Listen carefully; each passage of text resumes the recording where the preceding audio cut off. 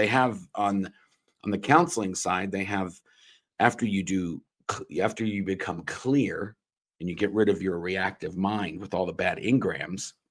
Well, then when you get onto the operating Thetan levels, or OT levels, as they call it in Scientology, you find out you've got all these space cooties, and they're the real reason that you're having all these problems. It wasn't the engrams. The engrams are just kind of like, that's the starter story. And then as you get further up in Scientology, you find out the space cooties are number one problem. Okay. Yep. And then you devote all of these OT levels to dealing with the space cooties. And then it goes up to OT level 8.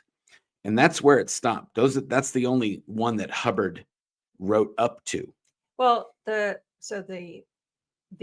diagram of the bridge to total freedom shows up to OT 15. Yes. But of course, from OT 8 is as far as you can go.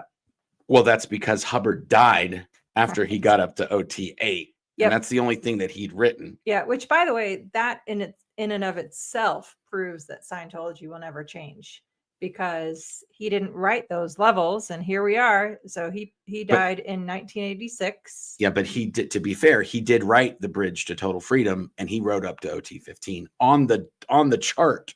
Correct. He was like, this is my plan. This is the roadmap. Well, he stopped writing maps at 8.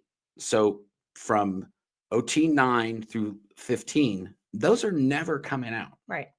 And David Miscavige, and this is the scam part of it, besides everything else about Scientology.